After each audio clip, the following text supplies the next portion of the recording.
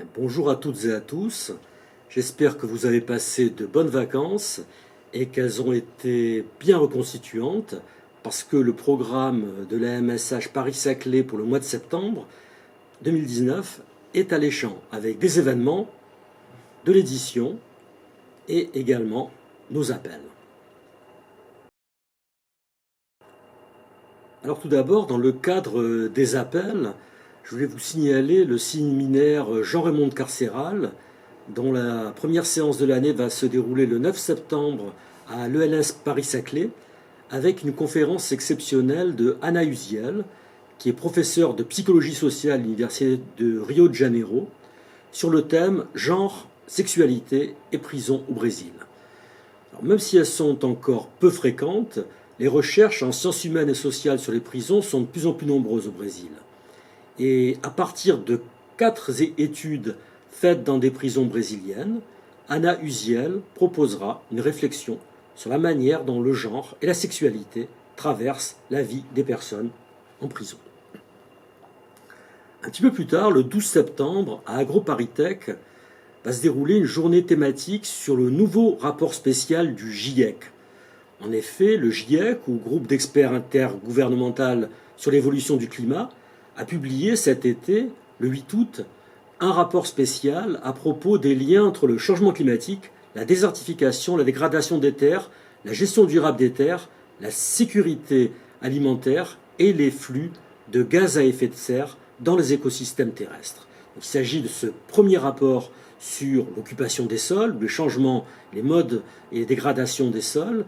Et à cette occasion, une présentation du rapport sera proposée à AgroParisTech le 12 septembre. Donc, la matinée sera dédiée à un large public et donnera l'occasion de présenter les principales conclusions du rapport avec un résumé pour les décideurs, suivi d'une table ronde en présence en particulier de Valérie Masson-Delmotte, qui est co-responsable du groupe 1 du GIEC sur cette question justement. L'après-midi sera dédié à la recherche et à l'enseignement supérieur et traitera des nouvelles attentes que soulève ce rapport.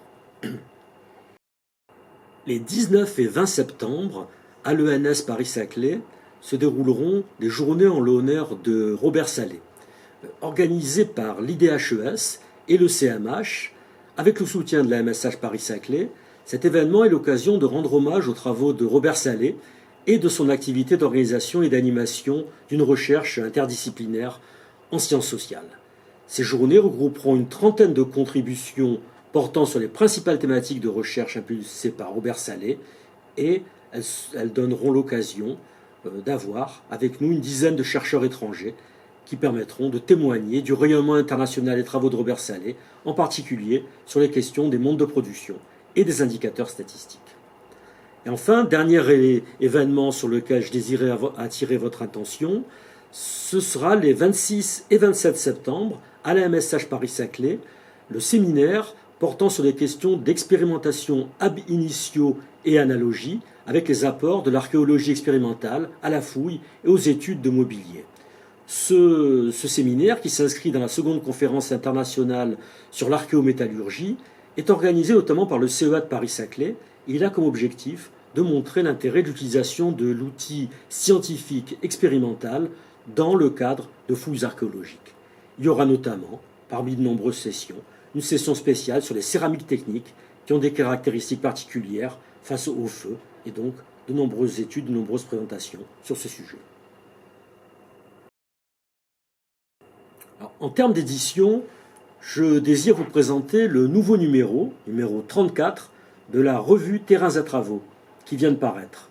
Ce nouveau numéro porte sur le thème socialisation professionnelle et circulation dispositionnelle. Il est coordonné par Julie Pagis et Maxime Kijou. La question qui se pose dans ce numéro est la suivante. Le travail constitue-t-il vraiment l'une des principales institutions socialisatrices? Et le numéro fait un constat. La dégradation de l'intégration salariale en France et la pluralité des formes d'appartenance au travail qui en découlent ne conduisent pas obligatoirement à des formes d'atomisation des groupes de travailleurs et à des formes d'anomie sociale. En fait, si le travail continue d'occuper une place centrale dans la société, eh bien, il connaît des redéfinitions, des ajustements en particulier entre les questions de travail et hors travail, qu'il importe désormais d'examiner. Je vous rappelle que ce numéro est évidemment également disponible sur Kern. Et enfin, pour terminer, 3 appels. Tout d'abord, premier appel concernant le prix de thèse en SHS 2019 de l'Université de Paris-Saclay. Afin de promouvoir l'excellence des thèses soutenues en SHS au sein de l'université et également de valoriser les recherches menées par ses doctorants, l'école doctorale SHS et le département SHS ont créé un prix de thèse commun qui s'intitule le prix de thèse en sciences sociales Paris-Saclay 2019.